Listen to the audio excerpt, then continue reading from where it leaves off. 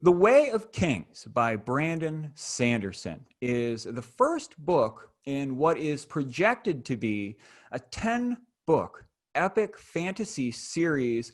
I recently did a buddy read with Samantha. She has her own booktube channel, Love Living Daily. It's one phrase.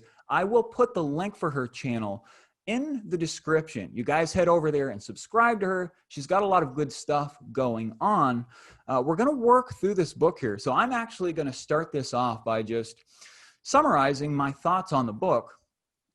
I really loved this book. This was a fantastic piece of literature as far as I'm concerned. And perhaps that's just my lack of reading tons of fantasy. Of course, I read Stephen King's The Dark Tower series, which is quite a bit different. It's a low-end fantasy, and I just was blown away by this thing. My problem in the past with reading fantasy is that sometimes, well, a lot of the times, it seems to me that the author can drop the ball as far as keeping the plot going. There's a lot of world building. There are a lot of characters and relationships and nuancing of those characters, and it seems to me that sometimes a fantasy book can read slowly, but this one was suspenseful for me. It was just action-packed. I loved it. Loved the characters. I loved the world because this world of Roshar is plagued by these storms being one of the primary themes. But I just loved this one. I gave it a perfect 10 out of 10.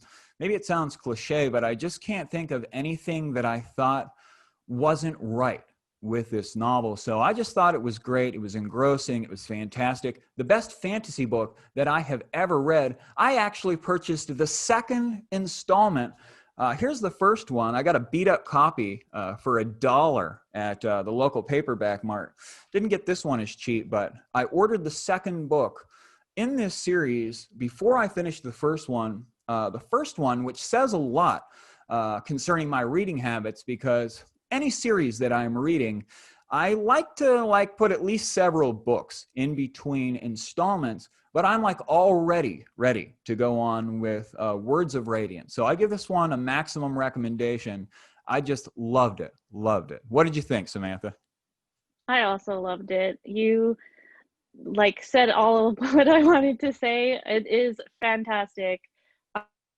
I don't typically buy entire series all at once. I like to read the first book to see what it's like and if I like it. And like you, before I was even finished, I ordered the second one.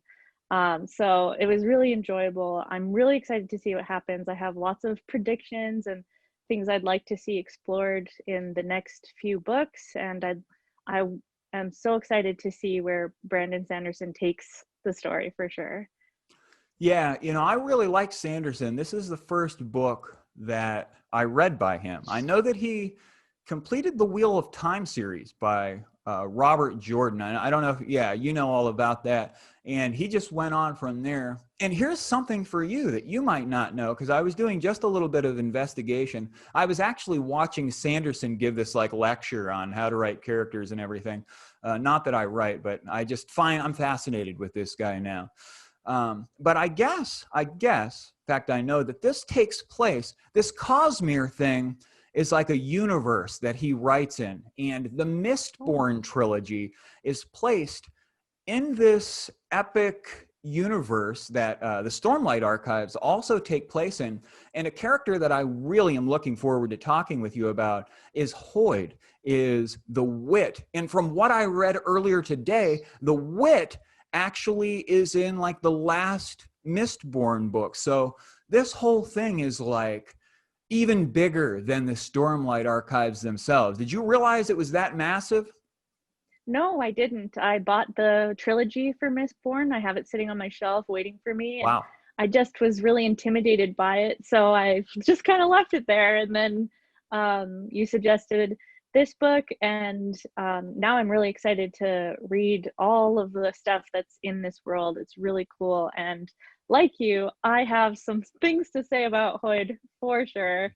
The Wit is a really intriguing character, even though in this particular book, he has quite a small part, but drives it so far forward in plot regards.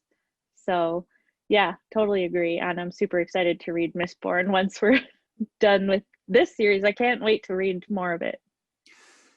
Yeah, it's really incredible. We've got some questions for the audience. We've got some questions. So perhaps we can just go back and forth here a bit with the questions that we have for one another. I'll open it up with this question for you, and then you can return one for me. But I actually just thought of this question. I actually don't have it written down, but one of the problems that we can have with an epic series is that when, say, the first installment ends, there's like no conclusion. It's just goes right into book 2. And that can be like kind of frustrating, right? We just pushed through over 1,000 pages to get zero conclusion. But I actually thought that there was some conclusion here. Kaladin managed to finally rise up above the slavery and everything. And now he's got a prestigious position as a Dark Eyes. He is a captain in Dalinar's army. So I'm just curious, what did you think as far as any conclusion went? Were you unsatisfied with the conclusions we got? Satisfied? How did you feel about the way that the book ended? Yeah, so I totally agree with you on the things that drop off. When I was younger and had a temper, when I read this book that just dropped off to the next page, and you're just like, wait, what? I chucked it across my room. I was like, how dare they do this to me? But in Way of Kings, I felt that he wrapped up all the characters quite nicely to start a second book. So like everything's kind of left off in a way where you're satisfied with how the characters have left off. You don't want to chuck the book across the room, but you're excited to read more about all these characters. They all seem to have a bit of a bow on the end of going into the next part. Yeah, I also remember when I first started reading it 2 weeks ago, I mentioned to my boyfriend, I was like, it better not drop off after 1,300 pages. So I was really happy it didn't. Yeah, but it does leave us open, well, with some intriguing elements. I don't know. I love the way this book ended. Go ahead, shoot one out at me. Yeah, so I just have it here. I wrote them down because I have a terrible memory. I have, who is your favorite character at the beginning versus the end? Ooh. And what about East? And did they change it all? Yeah, I from what I understand, this is Kaladin's book, that each book follows a different character. I guess like Dalinar has his book and Shallan has hers. I'm not sure who the second book actually is about. I'm not sure. We'll find out soon, though. But I guess I liked Kaladin as the book opened up. I think we spend the majority of the narrative with him. But I really, really was impressed by Dalinar, because Dalinar has this position where he's one of the high princes. He's like within the second or third most powerful person in the kingdom of Eleth-Kar.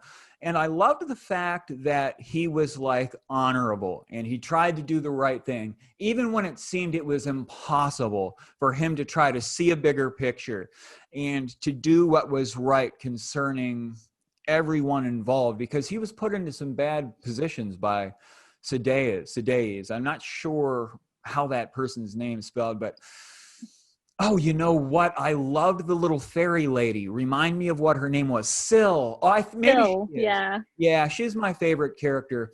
I love Dalinar. I think Kaladin's good. Have some problems with Kaladin, and I'll ask you a question in regards to that. But I loved Syl. She's my favorite character. I really hope that she comes into play in the upcoming installments, because like something's happening with her. She is like becoming more than what she was before she met Kaladin. And now they have this relationship where they're like influencing what's happening with one another. So I would say that my favorite character to start the book was probably Kaladin. I was sympathetic to his suffering and the fact that I like the fact that he's like a badass and everything, right? And he worked through so many impossible scenarios. I know one of like the criticisms of the book that maybe it's a little realistic how invincible he is, but you've got to consider that he has the Stormlight that's helping him too, and he didn't realize that for a long time. So I think I liked Kaladin to begin with.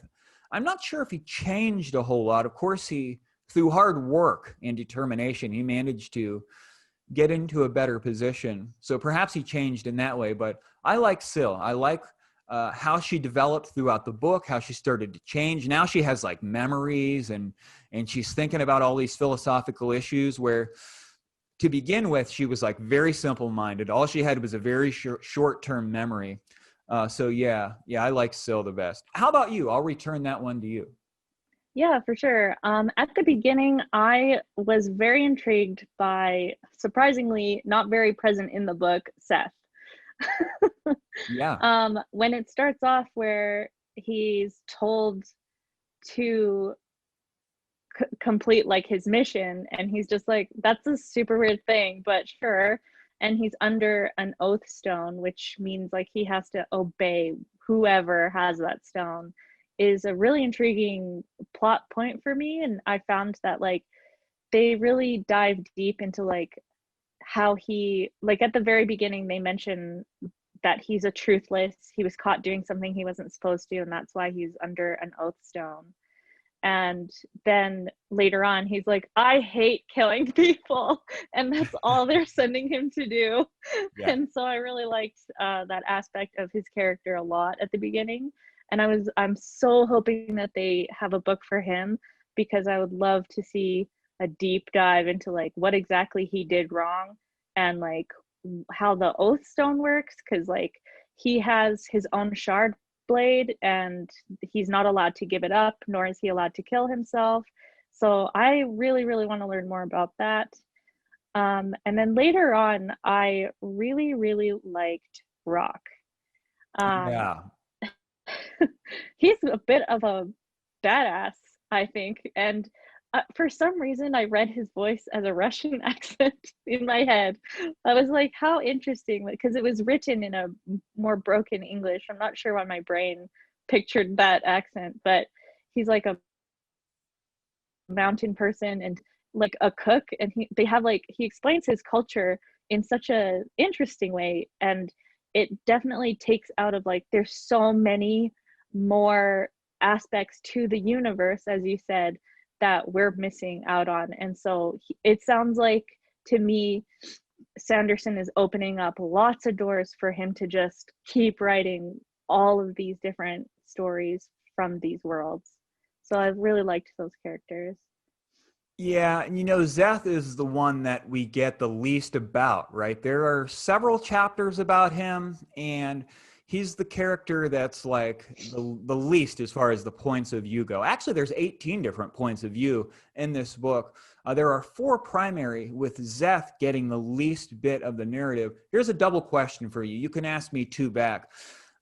Tell me, am I wrong about this? This is what I see now, because Zeth uses the Stormlight, right? That's how the book opens up. I think it might even be the first chapter, where he's kicking some ass with the Stormlight, and he's got a shard blade. And Kaladin now is new to the Stormlight. He doesn't really understand how to harness this power. And I'm just guessing that at some point in the future, these characters are going to come head to head, where it's going to be Kaladin versus Zeth for whatever reason. Do you see that? Did you pick up on that at all, or do I maybe have this wrong? I didn't think of that, but it makes a lot of sense from my readings of it. It didn't come to my own mind. More so, I had the idea of like at the very beginning when the 9 people put their swords back, the Knights Radiance. Yeah. Or I forget what they're called. The one up from the Knights Radiance, the 10 people. I think the heroics or something like that. Maybe it was the Heralds. I can't remember. Heralds, yes, Yeah, that's exactly it. So at the beginning, the heralds put back their swords, but there's the 10th one missing. Yeah. And they leave him behind. And I'm wondering like if that's either Zeth, who betrayed them and stayed behind and they left him, or something, or if the spirit of the herald possibly has been reborn into Kaladin somehow. I'm just wondering where that 10th person is. There's lots of hints to it being any of the three, Dalinar, Kaladin, or Seth.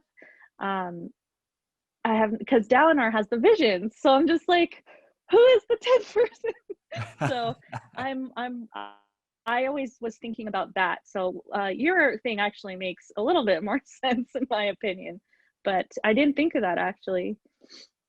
Yeah, that's a good point. I guess I hadn't really considered on that as much. Something that's interesting about an epic fantasy series, and I've experienced this once with the Dark Tower series, is that there are a lot of clues and eggs that are dropped in, like the installments that foreshadow the end, but you don't catch them the first time through because you don't really know what's going on. But on a reread, you'll see where the author was foreshadowing the end and basically telling you what was going to happen. So, I don't know if I'm ever going to make it or not, but perhaps if I ever reread this book after reading the trilogy, actually, I'm certain that I could be more appreciative of it because there's so much going on with the foreshadowing. I'm really curious about what's happening with those 10 swords, because that's how the novel opens up. They're out there fighting, like on the plains or in the desert or wherever they were at, and it was that 10th sword that was involved. So yeah, I don't know. That's an interesting. I'm very curious about that. And just going off my last question, did you have like a least favorite character that you're just like, I don't want to read this chapter? Well, the guy that moved in, because we were talking about Kaladin's backstory and his little brother Tian. And then there was that guy that came in to move there, and he was real bitter, and he selected Tian as the to go for the army and everything. Plus, I was upset with Amaram because he was supposed to be honorable and everyone looked up to him, but it turned out that he wasn't honorable at all. It was Kaladin that got him his shard blade by helping him when he was about to die. And then Kaladin was in a position to get another shard blade where he had put that pike through that big parchment, the big 7-foot tall guy with the shard blade. I forget where I'm going here, but it would probably be, because I forgot Sadeas was a real problem as well. I would probably say he was my least favorite because I was extremely sympathetic toward Dalinar, and I didn't like him. I would say that was probably my least favorite character. Try me with another one. I'd have to agree with you on that one because he kind of tricks you at first, because it's like, here's this slimy, sleazy person, and then kind of with his honesty when he gets confronted, and then just turns around and is slimy again. And you're just like, oh, I had faith in you to be different, sir. Yeah. Was anything super surprising to you about the plot? Anything that made you gasp? Well, the only thing that I could say that was a surprise for me, because I didn't expect it, so to speak, was that there was actually suspense in this book for me. Like I said, some fantasy has been like worth it, but a slow grind. Even my favorite story of all time, the Dark Tower series story, it took me like years to get through those books. And I remember the Wastelands, I even had to put it down halfway through it because Stephen King, when I say the author dropped the ball, keeping the plot rolling, that's a quote that I got from Stephen King himself. But I would say that for me, the story was like fast paced. I was just so engrossed in what was going on and wanting to know how the resolution was going to come out. And one other thing that was weird for me was like how the plant life evolved so it could like retract back into the landscape. The entire world of Roshar has evolved in such a way as to try to deal with the storms. But as far as being surprised, probably the only thing that's really sticking out for me is the fact that this book was like fast-paced and suspenseful for me. Here's one for you. Were you surprised in the plot? Because we were talking about Sadeas being our least favorite character. Were you surprised when he determined that Dalinar hadn't messed with the strap. That's my first part of a two-part question. Were you surprised at his conclusion? Yes, I was, especially when he was like, I was gonna do this like over the feast, but if you insist, I'll tell you what I was going to do. And then you're kind of like, oh, well, that wasn't that bad. Yeah. And then like I was like thinking, hmm, something doesn't spell right here, but I guess I'll give him the benefit of the doubt because of Dalinar's vision told him to trust Sadeas. So I was like, okay, I'll just see what happens. He's kind of followed through with the trusting so far. I just really hate him for some reason. And then my predictions were kind of confirmed when the betrayal happened for sure. I was like, well, there it is. Yeah, that was my second part of the question. I was wondering if you were like surprised then when it was a betrayal, because Sanderson got me on that one. I thought that Sadeas was actually going to come out to be honorable and that they were going to fight together and that something great was going to happen with that. Here's a question I want to ask you before I forget it, and then you can ask me a couple. What did you think about the Chulls, these big giant creatures, and what would happen is that the Parshendi would be after them because the Chulls had a gem heart. It was an actual gemstone was their heart. And I'm just curious what you thought about that idea. I thought it was like quite interesting. I'm just curious because the Chulls were the smaller crabs. It's I thought they were called chasm fiends. Is that right? Chasm fiends. I had it wrong. Yeah. Okay. I was like, are my notes incorrect? I was like just making sure. I think that they're pretty important because it seems like there's a more deeper reason why they exist. Like to have a gem heart be your heart is a unique plot thing that like a theme that I'm just like, I wonder if they're more important than they're making him out to be, because right now they're just being hunted for their gem hearts, but they seem to be extremely powerful. Like when Ela- Elakar goes in to fight it, it's like they've already cut like 6 of its legs and it's still standing and still killing people. And then um Dalinar saves Elakar. So I was like, they've got to be more important than what's going on in this particular book. But I was surprised that like the Parshendi and them are going after them. I'm just curious what the Parshendi is using them for, because they're competing for shard plates and shard blades. And I'm almost curious, like, are they using the gem hearts as well for something that we haven't yet learned of? Because they look into how there's a different kind, there's Parshman and Parshendi, and then Yasna finds out exactly what happened. So then you're just like, what are they using the gem hearts for? So yeah, I think that they're more important than Brandon Sanderson is letting out so far. Yeah, something that's interesting with the gems in this book is that like the gems contain the stormlight. Like you can charge up, or maybe is that right or wrong? I'm not sure, because what they're using as currency, those are just gems, or correct me if I'm wrong here. The currency that they're using that can be infused with the stormlight, are those just gems, or did I miss something?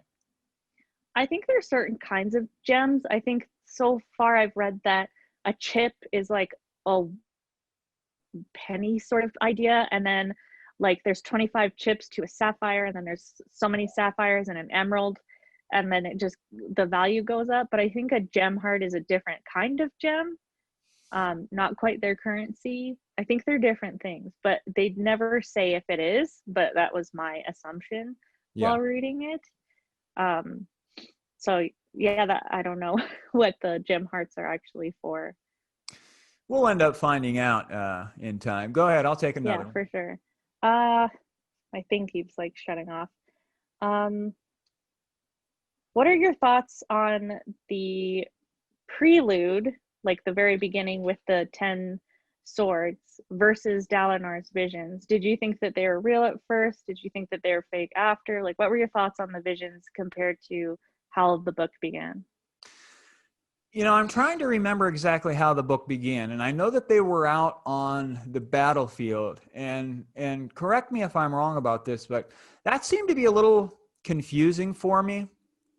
I know with Steven Erickson's The Malazan Book of the Fallen series, you're just kind of like thrown into this mix of things that's happening, and it takes like 3 books to get out of that to where you can see exactly where things are going and everything that's going on. And I didn't get that vibe from this book. I was like satisfied with, I understood what was happening, and I wasn't confused because there were too many characters or anything. That was one point that was good for me, was that it was like clear what was going on. But in the beginning, I'm not sure, because they talk about when you die, you could go fight on another battlefield to try to win back the halls of something or the other, that I can't remember what the name of that was. So was that what that was, where when it opened up, there were the 9 people with the swords, and then the one guy didn't put his sword in? Was that where they were battling to try to get that hall back, or what was happening with that?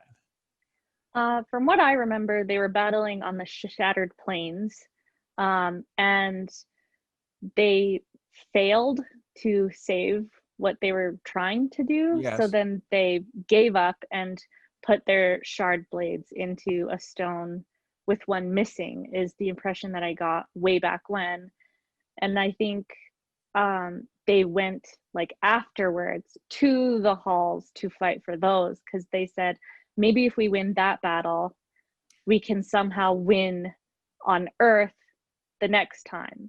And I think Dalinar's vision might be in reference, like showing him the past and the next time that they talked about at the beginning. They did say that, like, maybe we can return and fix it after we win something else. And that's what I remember.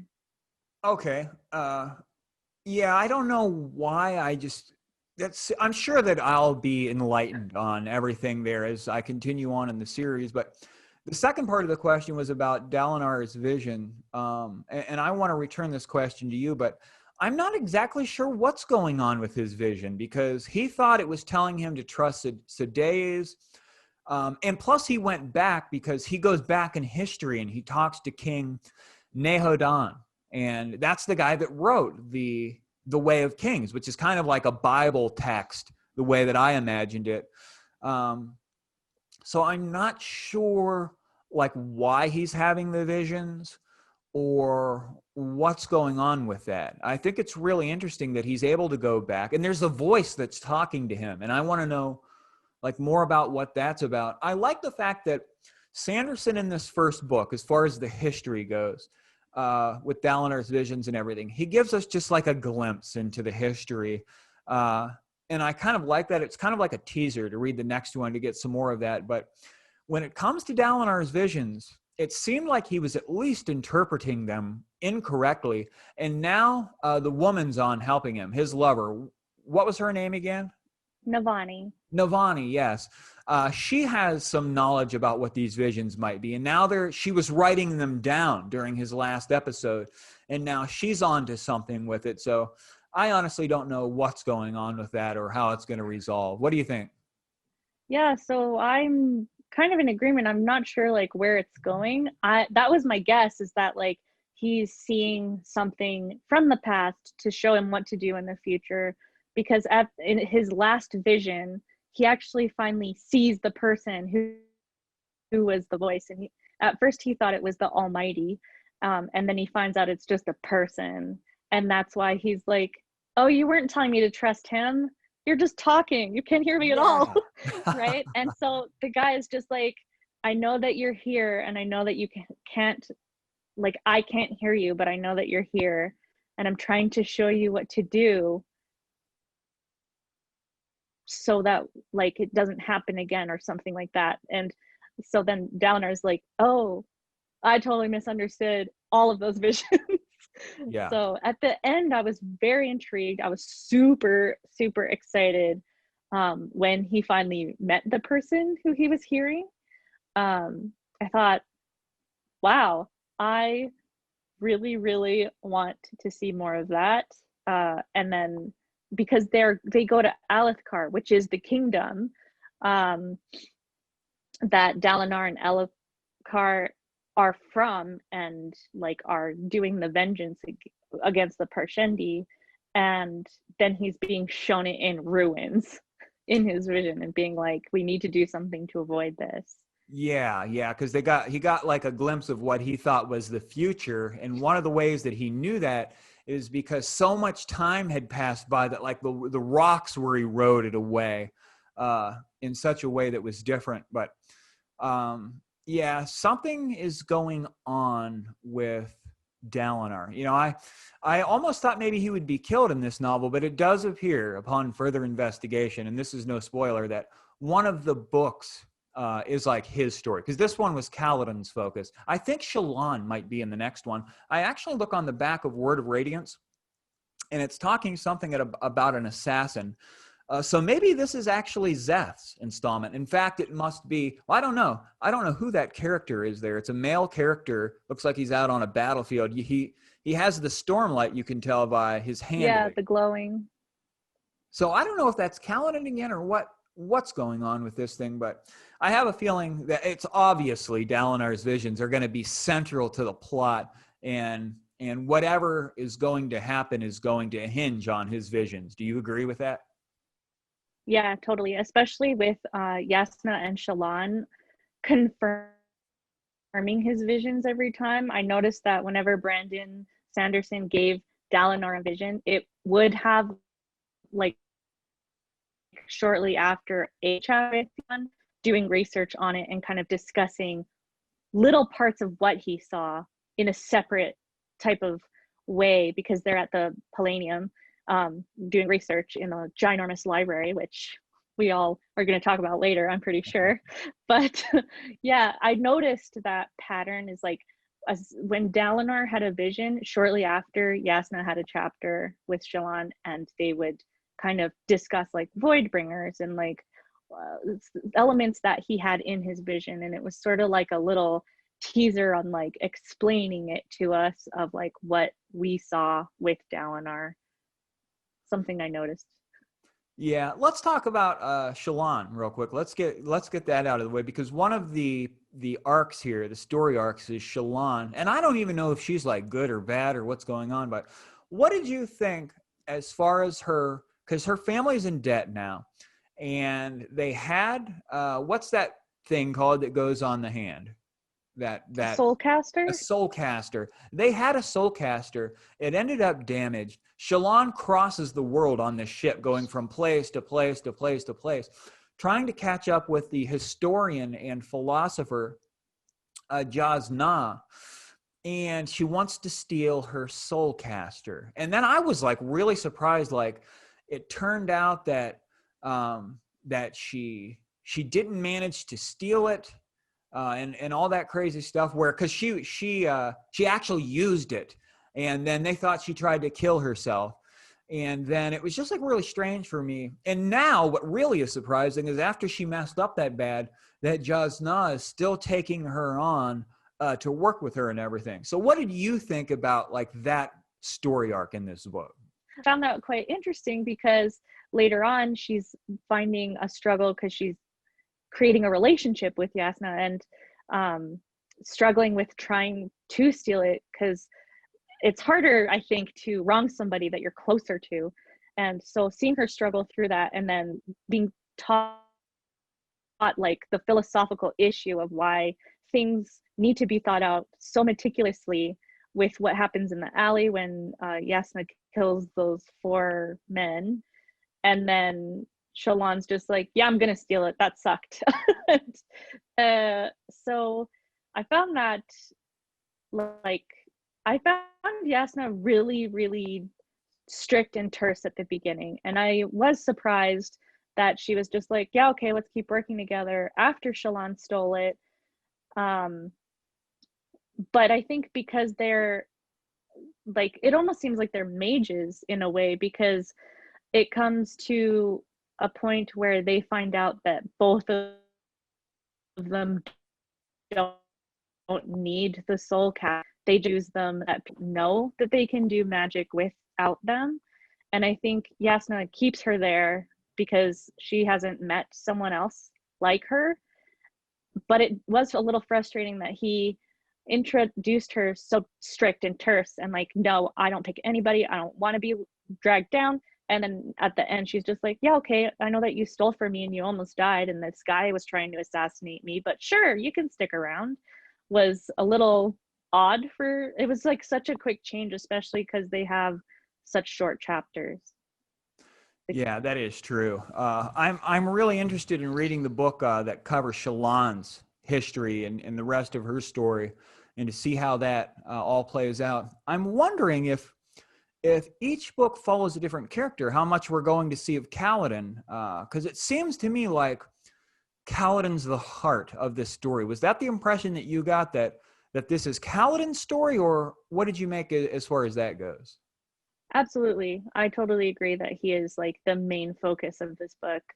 I think that we will see him in the upcoming books, like we see Dalinar and Shallan. He might be even like really small chapters because he's already had a book in regards to Seth's point of view. But I do think that we'll still see him going forward. And because like he's already got the army and stuff, and he just has to train them now. So I don't know if we would see too much of him, just because like now he's kind of in the place to do it, and we need everyone else to go forward in the plot as well in order for all of them to kind of meet up at the end, I'm assuming. So I think he'll be there, but not very much because he's already like gotten to the point where he needs to be so far. Does that make sense?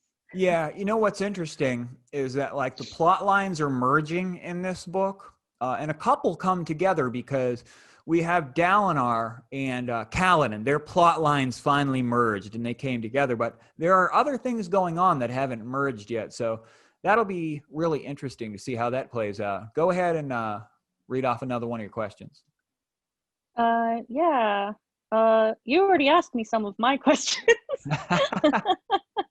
I said, what do you think the chapters that link the parts together are doing? Do you think that they're significant for the future? And who do you more expanded on for those characters? So there was the two people going to Shinovar, and she was an apprentice for being a merchant. And then there was the people destroying the art. So I'm wondering, like, if you remember any of those characters and if you want them more expanded on. They were all in the interludes between the parts of the book. Yeah, you know, that is interesting because there were like 14 different, there were 14 perspectives that were minor perspectives in this book, the wits being one of those. You know, I'm not really sure because they were fairly brief. Yeah, the interludes is where we were getting some of that information. I'm not really sure, you know, trying to think back on it. I guess those parts are kind of vague for me. So I'm not really sure. I'm assuming that there must be some kind of major influence or he wouldn't have put those people in the book. So I don't know what to expect as far as what those other perspectives are for. And I'm not sure that I was particularly favorable toward any one of them. Let me return that to you. What do you think about the minor perspectives in this one? I think I want to see more of the people who are stealing the art. I forget his name. Let me look at my notes. Fill me in here because I'm drawing a blank here. What exactly are you talking about with that? So there is a character named Baxel, and him and another man and a woman go into a castle, and she mentions like cutting a painting. She is destroying all the art, and then she does the statue last because it's going to make noise. Yeah. And I just am wondering where those characters are going, because like I don't know why they're destroying all the art and nothing else, and like I just don't know the purpose of that, and the fact that it doesn't relate to anything else in the book at Yeah. all. I'm curious where that one's going, especially Yeah. because it's like, well, that was a weird chapter. Like, Yeah. it meant nothing to anybody else. But I thought it was cool that the other ones kind of connected everything else. Like when the three people ask the fisherman, like if you found the guy, and he's like, I like the guy named Hoyd. They're looking for Hoyd, and we don't know that Wit's name is Hoyd until much later. Uh, so when they mention like that they're looking for him, and then you're like, well, who is that? And then later you find out that the Wit is Hoyd. I thought that those were cool. So I'm just wondering like where those art people are going, because it was like a lot of them seemed so minuscule and like, oh, this doesn't matter to remember. Like this is just like kind of separating the parts, right? And then later little pieces started coming together for the other ones, except these people destroying the art. Yeah, now that you bring it up with the people destroying the art, I remember that. It was interesting. She had like a couple male helpers with her that would get tools for her while she's smashing the art up. And she seems like she's going to be a badass because they really respect her and they're afraid of her. So she has some kind of serious influence in the world.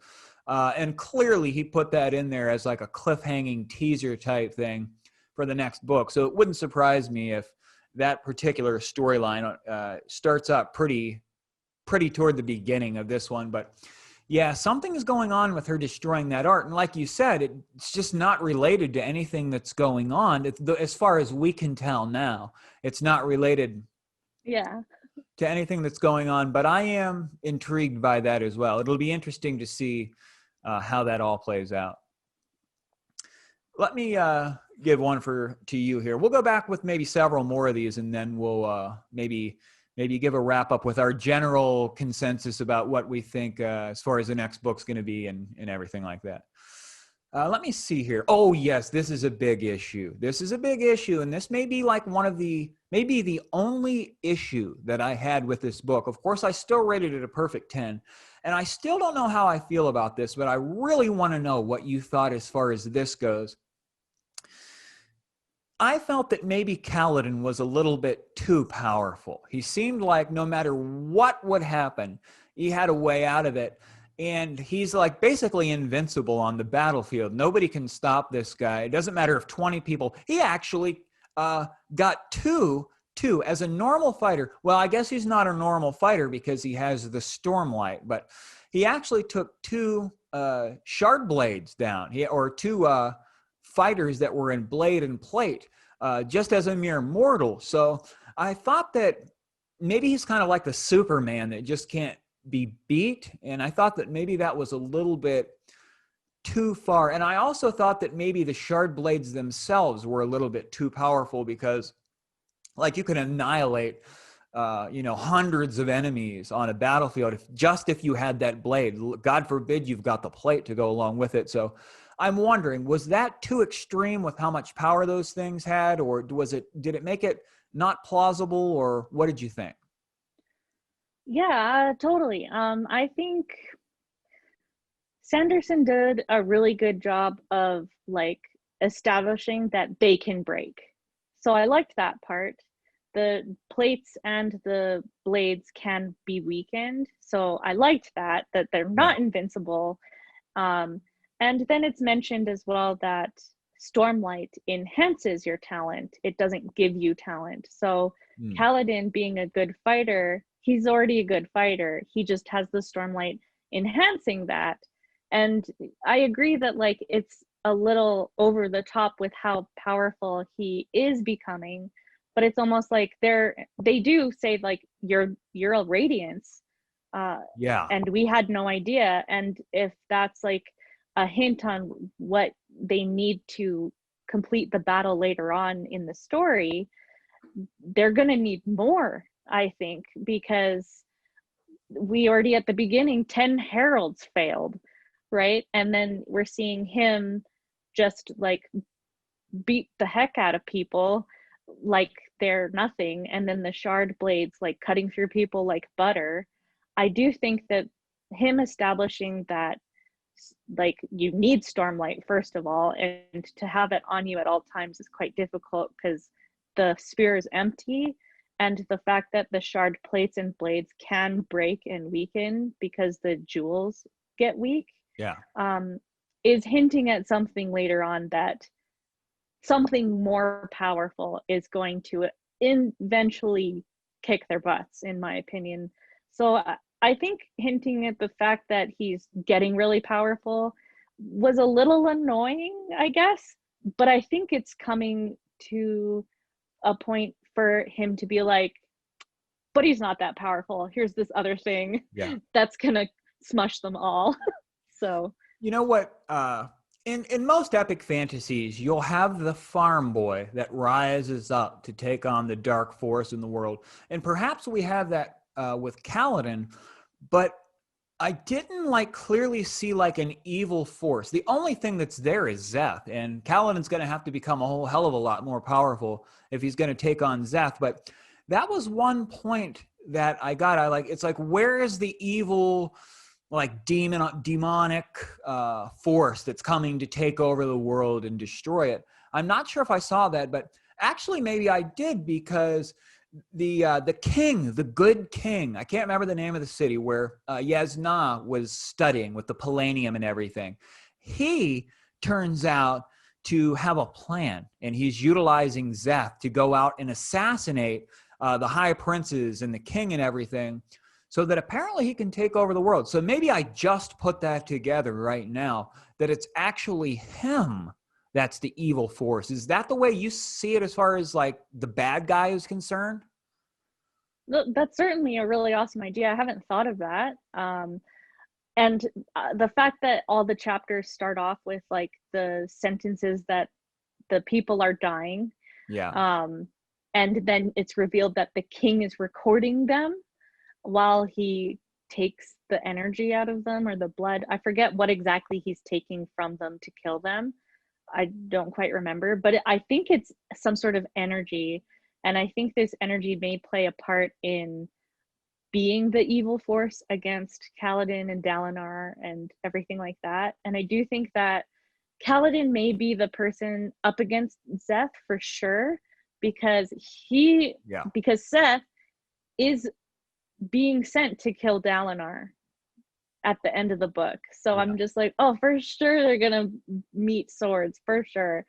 So I definitely believe that, and I will be shocked if it does happen. And then at the same time, the I think that Kaladin is his own evil. He's so discouraged and thinks himself as cursed through most of the book. And I think I really like the mental health touch that Sanderson put in Kaladin, that it's like, sometimes you're your own enemy and Yeah. you just need to believe in yourself to accomplish it. And sometimes you don't even know what you're capable of, because he had no idea he was a Radiance. But I think like he beats himself up a lot, to the point where I'm like, oh my God, get over it. At the one point, I'm just like, people die in a war. What is your problem, my Yeah. friend? Like, and then eventually he's just like told by Teft that he's a Radiance, and he's like, oh, that's what I'm cursed with. And it's like, but you're called Stormblessed, Yeah. right? And he thinks it's a curse. And so I thought it was a nice touch that like he almost seems like his protagonist at the same time as the king. Yeah, he is discouraged. You know, he really took it hard when his brother got killed. I thought that that was a really good part of this story, that it was a really dramatic kind of thing where the little boy Tien ended up getting slaughtered, and Kaladin just couldn't get there to save him. I think he even watched him being killed, but that was brilliant. I loved Tien as a character. You know, I'm a big fan of his. Um, I had totally lost my train of thought there, but that was a great point. I want to ask you this, because this can be a real problem with these kind of things. And there's a huge problem with this in the Song of Ice and Fire, the Game of Thrones series, where Martin still hasn't finished it. And what I'm thinking is like, okay, I'm into these books. If I read the 3 that are out, and I guess the 4th one's coming out like soon, then there's going to be like a wait for the fifth one, maybe a year or more. And then like so much time's going to go by that I'm going to have to come back at some point and read the first few installments and get caught back up. And then by the time the last one comes out, I'm going to have to come back and read them all up again. Are you discouraged by that? Does it make you not want to go forward? Or I'm just curious what you think about the fact that the series is far from finished.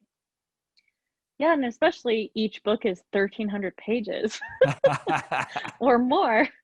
Yeah, I totally get what you mean. But with this series in particular, because I loved this novel, I don't think I will need to come back to it, just because I find my memory towards a novel is based on how much I liked it. If I found something boring, sometimes I even forget I read it. And I want to mention too, a lot of people tell me before I read this book, this is the first epic fantasy book I've ever read, just so everyone knows. I don't read it either. And I was told, what should I read if I want to get into it? And they said Brandon Sanderson's Mistborn trilogy. So, well, that's all. And they said the first book in an epic fantasy is usually all set up. So that being said, Sanderson didn't use this book to just set up. And so I think as the story continues, it'll have little hints of like, oh yeah, I remember that. And oh yeah, he did mention that in the first book. And I think he will tie in little pieces where you wouldn't have to necessarily go back and read it, the whole thing again. And you'd have little pieces where you're kind of remembering, oh, okay, like I do remember that. Oh, it's coming back to me. I really enjoyed that. And now I can read the fourth book.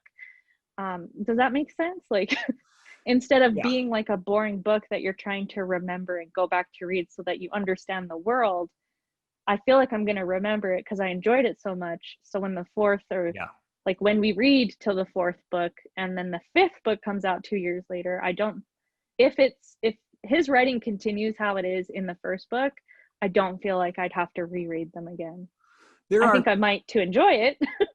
Oh, hell yeah. A lot of times a reread on one of these things is even more enjoyable than the first time through, because you actually get to pick up and appreciate all the little eggs and foreshadows that were put in there. And that can just be a joy when you go back and say, oh, I completely missed this. I didn't realize. I should have seen the ending coming. He must have dropped 50 points about what was going to happen, and I missed them all. So there are two things that could help with that too. This book, from what I understand, Sanderson plans to publish it in 2 5-book parts. So apparently the first part of the series will be finished when the first 5 books are completed. And we're not too far out from that now. From what I understand, the 4th installment is completed. So that could like help that the first part of it is almost finished now. And Brandon Sanderson's like writing pace is fast. Even though he writes these tomes, he publishes like a lot of books. So I don't think we're ever going to have the problem like with George R.R. Martin, where it takes 5 or 6 years to write a book. Brandon Sanderson's already put a bunch of books out there. I guess he wrote like 8 novels before he finally got someone to take one. So yeah, and I totally agree with you. Actually, maybe you've experienced this yourself, but I have like not enjoyed a book to the point where I forgot the plot. And like some years later, I'll come back to that same book, not remembering that I had read it. And I'll get like a good ways into it before I'm thinking, did I read this thing before? Because it just doesn't stick with you if you don't enjoy it. But this book will stick with me. You know, the Dark Tower books did. I still think about those books all these years later. So, you know, I think I agree with you as far as that goes. Especially if he keeps putting them out at the pace that he does, that maybe I won't have to go back and reread unless I were to want to do that, because I just thoroughly enjoyed this book. Let's talk about one more character, and then we'll give our conclusion here about what we think, what we expect to come with this in the future. I want to talk about Wit, because he's one of my favorite characters.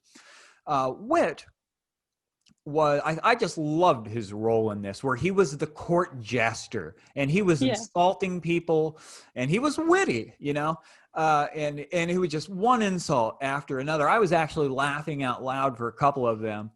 I just thought that that was just a brilliant creation by Brandon Sanderson with the wit. And I didn't realize that maybe he'll be as important as he is. Of course, the book ends with him. He's playing music, and I think he's evil, to be honest with you. I'm not sure. It seems to me that maybe he's a bad guy that can maybe play a little loose and do something for good once in a while. So I'm not sure if that's right or not, but I just loved his pompous, sarcastic attitude. And he talks with, it's Kaladin that he talks with when he's playing the flute, and Kaladin's seeing everything in the smoke, right? But it's really just his subconscious that he's seeing. The smoke isn't actually moving. And Wit seems to be, I don't know, he's not a mage. I'm not sure what this guy is, but I really like him. And I was blown away by the fact that I found out that he's mentioned in the Mistborn trilogy. I think the third installment has something to do with him. And I don't know what that's about, but here's a point I want to make before I forget. Stephen King has his epic The Dark Tower series.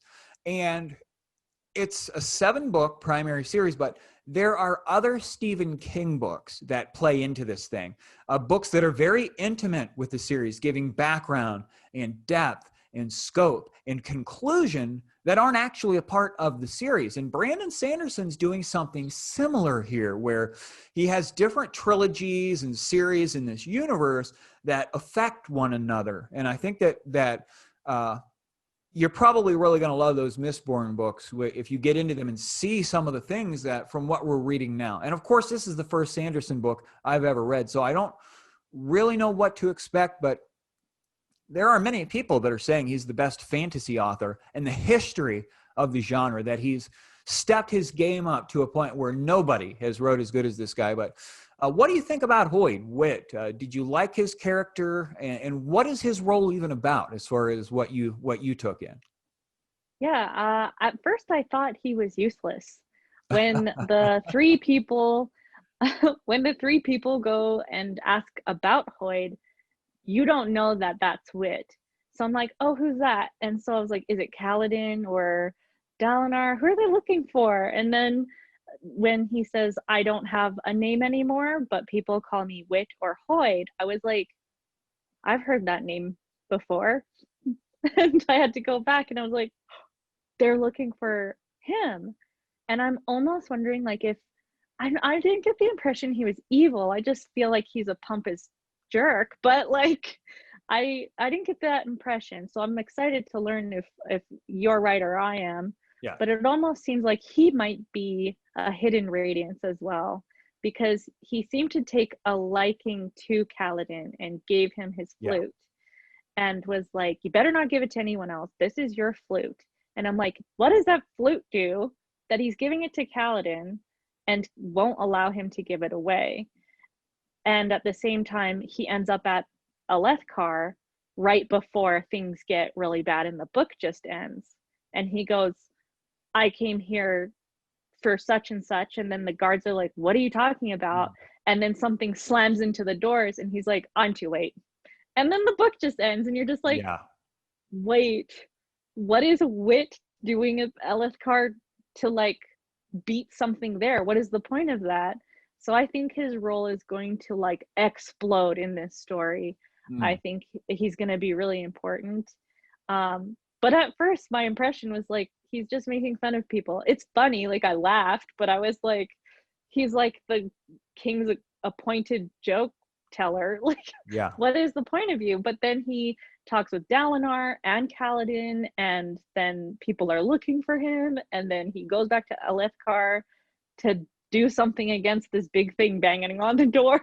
So I was like, yeah, for sure he's gonna have a bigger part. But he was so teeny tiny that I didn't even catch it until the very end, when it's like, I'm Hoyd, but was the king's Wit, and then the book ends. So I was like, oh, he was important. I like how this one ended. There's this like being, this tough being that's trying to get into the city there, and I just don't know what that is about. So I'll ask you in conclusion, you can give yours first. What do you expect from this series? What do you think is going to happen? Do you have any idea about what like overall might be happening?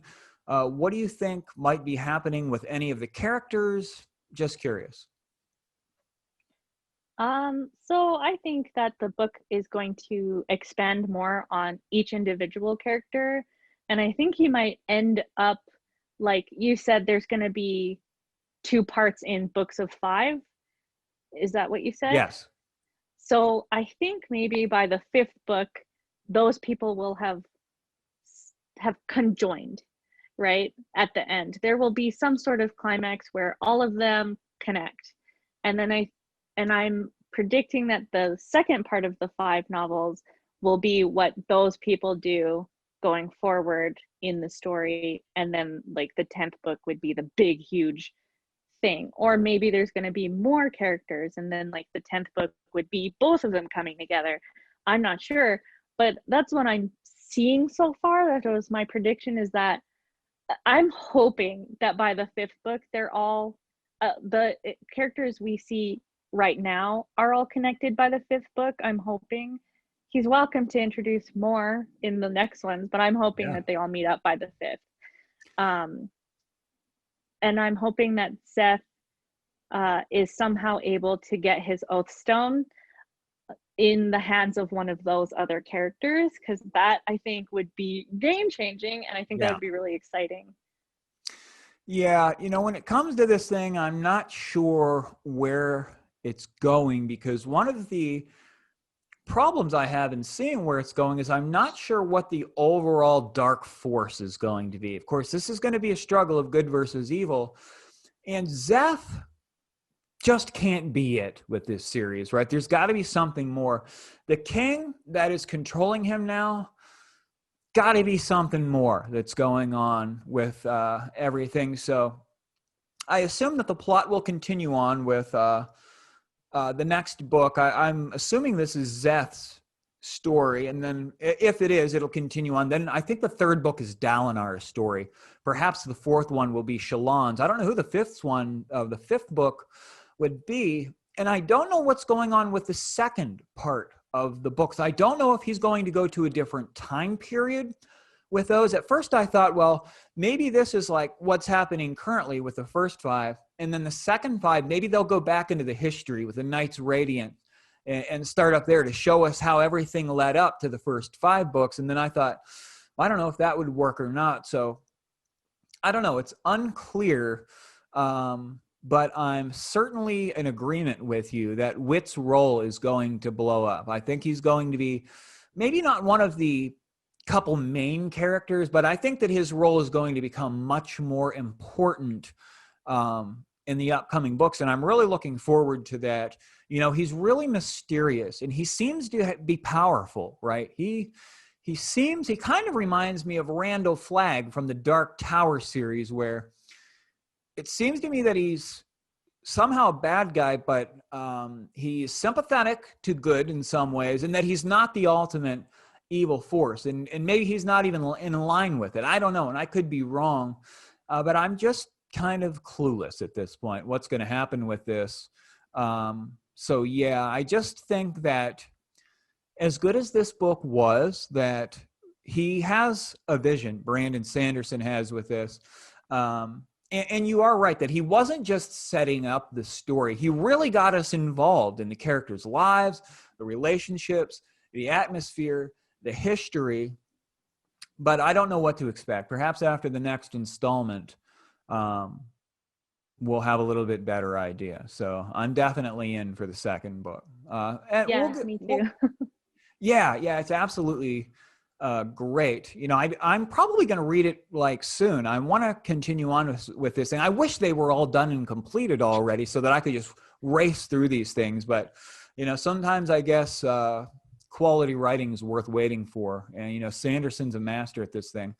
I give this one, let's finish this off here with a rating. I give it a perfect 10 out of 10. What do you think? Yeah, so far 10 out of 10 for me too. I really enjoyed how it was set up, and I really liked, because the thing I struggled with in reading fantasy was world building. I find it Yes. takes too long, it can drone on, and some people really enjoy that because they're very visual, and I'm more of like a plot person. I like the plot to just be going. And I really, really enjoyed that he insert his world building into the plot that drove it forward. Like he does, like he tells you about what things look like in Dalinar's visions from the past, and he tells you, like, he establishes what things look like while in battle, right? So you don't have to like read 5 pages of what a chasm fiend looks like. He's explaining it while they're cutting its legs off, right? Yeah. So I really liked how he inserted his world building to forward the plot. And I think I'm super, super excited to read the next ones. And it is really hard to be like waiting for him to finish writing them. So I think by the time I'm done the fourth, I'll read Mistborn, and then hopefully by that time the fifth one's out. You know, I actually seen a guy that was saying he recommended don't start with the Stormlight Archives because you'll have all this background information and knowledge if you read Mistborn first. And I think there might even be like some other books that are involved with influences on this plot. So, you know, I think what Brandon Sanderson's probably going for here is he wants to write the most massive, best epic of all time. And many people think that The Wheel of Time is the greatest fantasy epic of all time. And Brandon Sanderson finished that one for Robert Jordan when he passed away. So he already has his hand in one of the greatest of all time. But I can only imagine as he writes throughout his life, because he's a fairly young guy. I think he's in like his early 40s. That he's going to write this massive 10-booker. He's got the Mistborn. Wouldn't surprise me if he goes even further and writes another series that has influences all over the place with the other ones he's already put together. Because I'm just going out on a limb here and say that he wants to go down as having the greatest fantasy series of all time. Oh, yeah, I had to ask you, is it a perfect 10 out of 10 for you? Yeah, it is. And I agree with you on that point too. It certainly says something when Robert Jordan has written like over 10 epic novels, and then the thing that people are still like, this is the best series ever, and Brandon finished it. Yeah. So that speaks huge volumes of what he can do with a climax even for the end of a story. And I'm just like so excited to see his ideas. So absolutely 10 out of 10. I'm super excited for reading more. Yeah, I really hope that the next installment is as good as this one. And I would hate to see him lose momentum as we go forward. But everyone says that it's the best damn thing that is out there as far as fantasy. So I fully expect that I'm going to enjoy the second book at least as much as I enjoyed the first installment. For the viewers, if you'd like to go over and check out Samantha's channel, and I highly recommend that you do, the link will be in the description, or you can just look up Love Living Daily. It's one phrase. Yeah, she's got some good stuff going on over there. And now she's into epic fantasy, so who knows where it'll go from here. So I'm going to do an abrupt ending. See you later.